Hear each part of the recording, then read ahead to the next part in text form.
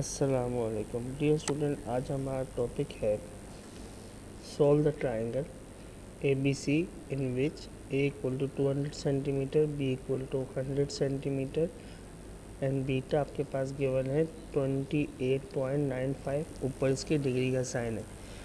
तो आपको last class में बताया था कि एंगल हम लोग डिग्री में भी फाइंड कर सकते हैं और रेडियन के अंदर भी फाइंड कर सकते हैं।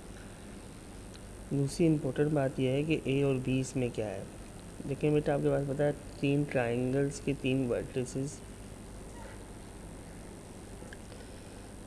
बेटा आपको पता है कि एक ट्राइंगल के 3 वर्टिसेस होते हैं, A B and C.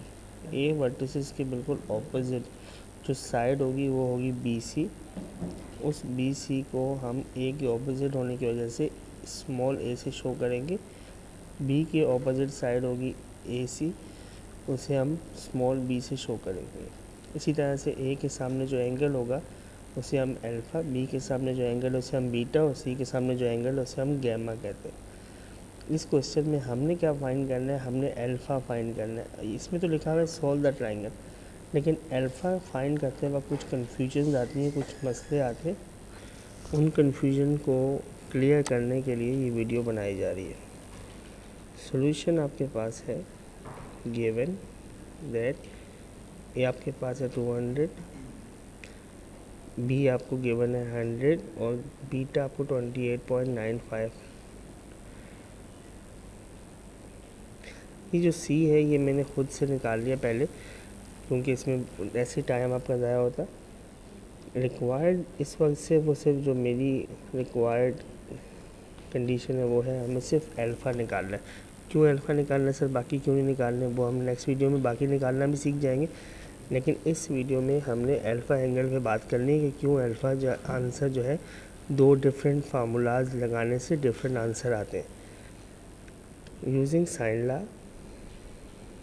Sign law आपको पता है A upon sine alpha equal होता है बी अपॉन साइन बीटा के।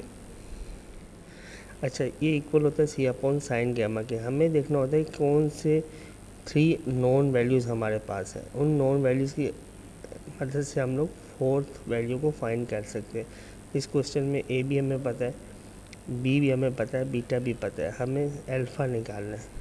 तो अगर हम इसको क्रॉस मल्टीप्लाई कर लें तो कुछ इस तरह से बन जाएगा, ए साइन बीटा से मल्टीप्लाई होगा divide by B equal to sine alpha.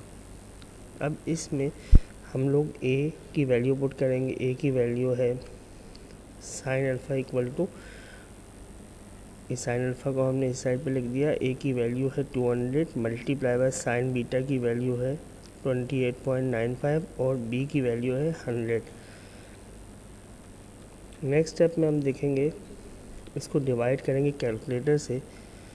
जैसे फॉर एग्जांपल 200 मल्टीप्लाई साइन 28.95 और डिवाइड बाय 100 तो 0.9680 आ जाएगा। अब आप इसका इन्वर्स निकालेंगे। Alpha equal to sine inverse, shift और साइन प्रेस करेंगे। हम दोबारा वैल्यू नहीं लिखते बल्कि हम आंसर लिख देते हैं। जब आंसर लिखते हैं तो लास्ट की जो कैलकुलेटर में वैल्यू होती है वो उसको खुद सेलेक्ट कर लेगा और इक्वल टू ये आ जाएगा 75.48। तो इसका आंसर देख लेते हैं 75.487। बिल्कुल इसी तरह से हम, जैसे मैंने आपको ऊपर बताया सी इक्वल टू 150 मैंने फाइंड किया, वो फाइंड करने का मेथड भी आपको पता है, बहुत आसान है। फिर हम क्या करते हैं, using cosine law. Cosine law में हम लोगों के पास फार्मूला होगा cos alpha equal to B square plus C square minus A square upon 2bc। बहुत आसान सा फार्मूला है, इसमें आपने वैल्यूज़ को पुट करना है। फिर हम लोगों ने ए की, बी की और सी की वैल्यूज़ को हमने यहाँ पे पुट कर दिए। 2 मल्टीप्लाई बाई बी की वैल्यू 100 मल्टीप्लाई बाई 150। जब वैल्यूज़ को पुट करेंगे कैलकुलेटर से इसको आप सॉल्व करेंगे तो कॉस अल्फ़ा इक्वल आ जाएगा -1/4। सबसे पहली बात आपने याद रखनी है, कॉस इन्वर्स अगर आप -1/4 चेक करेंगे, शिफ्ट कॉस इन्वर्स और -1/4 तो आपका जो आंसर आएगा 104 आएगा, जो यहाँ पर इस वक्त आंसर आ रहा है। अब प्रॉब्लम ये है कि दो अलग अलग फार्मूलाज से हमारा जो आंसर है वो टू अलग अलग आंसर आ रहे हैं। फॉर एग्जाम्पल अल्फ़ा से यहाँ पे आंसर आ रहा है 104.47 और इस जगह पे आ रहा है 75.487। अब इन दोनों आंसर में क्या मसला है, दोनों आंसर चेंज क्यों आ रहे हैं, ये हमारी आज की वीडियो का मेन थीम है। अच्छा, कभी भी आपने याद रखना है कि जब भी 90 से बड़ा एंगल होगा तो साइन कभी भी उस एंगल को सही आपको नहीं बता सकता। साइन इनवर्स के पास ये इतनी ताकत नहीं है कि वो आपको बिल्कुल सही आंसर बताए। उसकी क्या क्या वजूहत हैं वो आपको मैं बता रहा हूँ। पहली वजह ये है कि अगर आप साइन को देखें, साइन 0 से लेके 180 तक 1 फंक्शन नहीं होता। 1 फंक्शन का मतलब क्या हो गया कि आपके पास जो वैल्यूज़ है साइन की वो रिपीट होती हैं। जैसे फॉर एग्जांपल 0 से लेकर 90 तक की जो वैल्यूज़ हैं वही सेम वैल्यू 90 से 100 तक की है।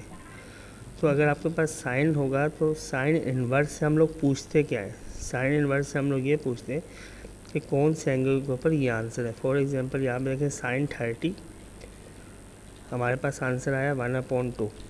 इसी तरह से साइन 150, ये भी आंसर हमारे पास क्या आएगा 1/2। जब हम साइन इन्वर्स 1/2 यानी 0.5 करेंगे तो कभी भी आंसर वो 150 नहीं दे जाएगा, वो आंसर बता रहा है आपको 30। ठीक है, साइन क्या कर रहा होगा कि आपको ओरिजिन के करीब करीब का आंसर बता देगा, ओरिजिन से दूर आंसर वो नहीं बता पा रहा। इसके 2-3 मेथड है। पहला मेथड तो ये कि सही आंसर निकालने के लिए सर हमें फिर क्या करना चाहिए, आपको सही आंसर निकालने के लिए 180 में से वो वाला नंबर माइनस कर देना चाहिए। जैसे यहाँ पे 30 आया तो 180 में से 30 माइनस करेंगे तो 150 दूसरा राइट आंसर आपको मिल जाएगा। एक बात तो आपने ये याद रखनी है।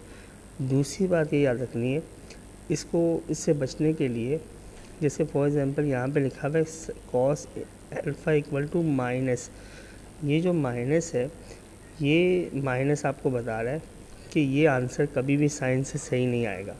क्यों, कोस अल्फ़ा इक्वल टू -1/4 का मतलब क्या है, क्या ये तो सेकंड क्वाड्रेंट है या तो थर्ड क्वाड्रेंट है। कोस सेकंड और थर्ड में नेगेटिव होता है, लेकिन ये सेकंड क्वाड्रेंट इसलिए होगा क्योंकि ट्राइंगल के जो एंगल्स का सम आता है 180 से ज़्यादा तो हो नहीं सकता, तो ये सेकंड क्वाड्रेंट है। सेकंड क्वाड्रेंट का आंसर कभी भी साइन आपको सही नहीं बताएगा। इसलिए ऐसी कंडीशन में बेहतर ये है कि कोस यूज़ करें, कोस कभी भी आपको गलत आंसर नहीं बताएगा।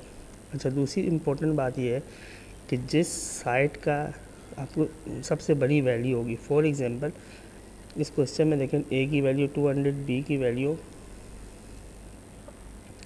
की वैल्यू है 100, तो आपके पास सी है 150। सबसे बड़ी साइड कौन सी है 200, ये कभी भी आप साइन से नहीं निकालिएगा।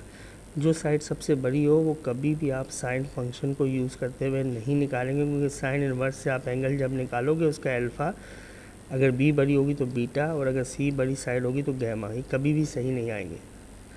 हाँ, सही आ भी सकते हैं, उसकी वजह यह है कि ऐसा भी तो हो सकता है कि 90 से छोटा एंगल हो और हो सबसे बड़ा। उस कंडीशन में साइन आपको बिल्कुल सही आंसर बताएगा। साइन का मसला ये नहीं है कि वो आपको बड़ा एंगल नहीं बता सकता, साइन का मसला ये है कि वो 90 से बड़ा एंगल नहीं बता पाएगा। इसलिए आपको याद रखना है कि जब एक तो कोस के एंगल में यहाँ पे माइनस आ जाए तो समझ जाना ये साइन में गलती करेगा।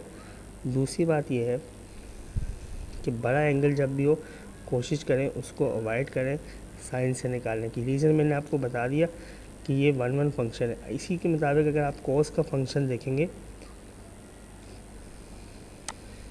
कॉस एक्स में लिख देता हूँ, कॉस एक्स जैसे ही आप लिखेंगे तो कॉस एक्स में आप देख लें कि 0 से लेकर 180 तक कोई वैल्यू भी रिपीट नहीं हो रही। 0 पे 1 है, फिर ये वैल्यू ऊपर से आ रही है 90 तक मतलब फर्स्ट क्वाड्रेंट के बाद सारी वैल्यूज़ नेगेटिव है। तो ये जो वैल्यूज़ हैं नेगेटिव, इसका मतलब क्या है, कॉस जो है वो 1 फंक्शन होता है 0 से 180 के दरमियान में, इसलिए आपका आंसर हमेशा सही आएगा।